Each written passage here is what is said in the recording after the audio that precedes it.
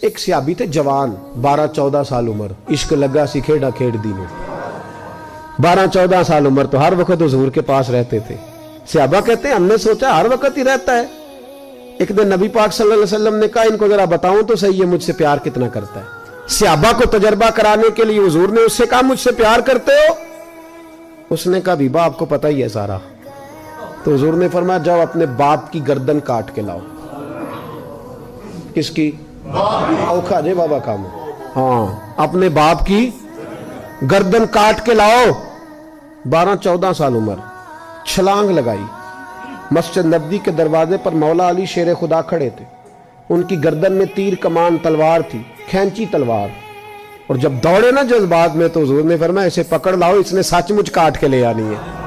لے آؤ پکڑ کے. عاشق نزاکت جانتے ہیں. حضرت طلحہ بن برا بیمار ہو گئے. بیمار, دن میں 2 دفعہ میرے نبی تیمارداری کرنے جاتے. 2 دفعہ. اللہ کرے وہ بیماری میں ہی آ جائے. چر ہویا مینو ترلے لیندیاں کدی موڑ میرے ول واگاں, خواب میری وچ ایک وار جہاں میں ساری عمر نہ جاگاں. نبی پاک صلی اللہ علیہ وسلم 2 دفعہ تیمارداری کرنے جاتے. 2 دفعہ دن, 2 دفعہ حضور پتہ لے. ایک دن حضور شام کو گئے, ان کا ماتھا چوما تو حضور کی آنکھوں میں آنسو آ گئے. پھر میرے حبیب پاک نے ان کے والد کو کونے میں بلایا, کوئی بات کہی, باپ بھی رونے لگے. حضور نے پھر پیار کیا, چلے گئے. حضرت طلحہ اپنے ابا جی سے کہنے لگے حضور کیا کہہ کے گئے؟ کہا بیٹے کچھ نہیں. کہا نہیں مجھے بتائیں. کچھ نہیں, رشتہ ہی بڑا نازک, نہیں بتائیں. تو باپ نے سر پہ ہاتھ رکھا, کہا حضور کہہ گئے ہیں تو آج شام کو فوت ہو جائے گا. اور جب حضور نے کہا جب اس کا انتقال ہو جائے تو مجھے خبر کرنا. والد کو چارپائی پہ بٹھا کے تو حضرت طلحہ نے ہاتھ پکڑ لیا. عشق تے اگ دوویں ایک برابر, پر عشق دا سیک ودھیرا.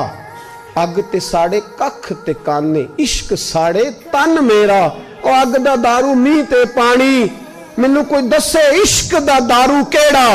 بلے شاہ اتھے کچھ نہیں بچدا جتھے عشق ہوراں دا ڈیرا. ہاتھ پکڑا باپ کا اور کہنے لگے ابا جی ایک وعدہ کرو, رات کو جب میں فوت ہو جاؤں تو نبی پاک کو اطلاع نہیں دینی. خبر. کہا بیٹے حضور کہہ گئے ہیں دینی ہے, تو کہتا نہیں دینی, کیوں؟ عاشق نزاکت جانتے ہیں. اگرچہ 12-14 سال عمر تھی پر عشق پکا تھا نا, نزاکت سمجھتے تھے. کہنے لگے ابا جی جن گلیوں سے حضور نے گزر کے آنا ہے وہ یہودیوں کی گلیاں ہیں. ایسا نہ ہو میرے جنازے کی خاطر حضور گزرے اور کوئی میرے نبی کو تکلیف دے دے, اس لیے خبر نہیں کرنی مصطفیٰ کو. آپ جنازہ پڑھ کے دفنا دینا.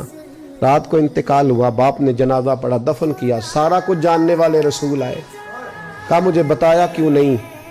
عرض کی محبوبہ. کہتا تھا حضور کو تکلیف نہیں دینی, میری ذات کی خاطر تکلیف نہ دینا, نہ کوئی یہودی تکلیف نہ پہنچا دے. گلیاں یہودیوں کی ہیں, قربان جائیں. ساری دنیا روزہ رسول پہ, اور میرے رسول نے فرمایا مجھے بتاؤ اس کی قبر کہاں ہے. ساری دنیا روزہ رسول پہ, اور نبی پاک اس غلام کی قبر پہ کھڑے آنسو بہہ رہے ہیں. صحابہ کہتے ہیں ہر قبر پہ دعا یہ ہوتی تھی یا اللہ قبر کشادہ کر دے, یا اللہ اس کا حساب آسان کر دے. یہاں دعا بھی انوکھی, اس کے لیے دعا بھی انوکھی, رشتہ ہی بڑا نازک ہے. میرے نبی پاک نے دعا بڑی انوکھی فرمائی. کہا اے اللہ جب میرے طلحہ کی تیرے ساتھ ملاقات ہو تو ذرا اس سے مسکرا کے ملنا, وہ تیری شان کے لائق ہے, ذرا اس سے مسکرا کے ملنا. کہتے ہیں وجد ہو گیا طاری, اس لیے کہ جو رشتہ نبی کا امتی سے ہے اور امت کا رسول سے ہے اس کی نزاکت کو صرف غلام جان سکتے ہیں. غلام جان. میں نے پچھلے جمعے بھی کہا تھا, مجھے ایک شخص کہنے لگے آپ بتیاں لگاتے ہیں, جھنڈیاں لگاتے ہیں. میں نے کہا بس نہیں چلتا, ہم تو تارے بھی لگا دیں, ہمیں ہمارا پتہ ہی نہیں. میرا دل کرتا ہے گلی گلی پھروں اور یہ نعرہ لگاؤں جان ہے عشق مصطفیٰ, روز فضو کرے خدا, جس کو ہو درد کا مزہ وہ نازے دوا اٹھائے کیوں, اور پھر کے گلی گلی تباہ ٹھوکریں سب کی کھائیں کیوں. اگر دل کو یہ عقل دے خدا تو تیری گلی سے جائیں کیوں.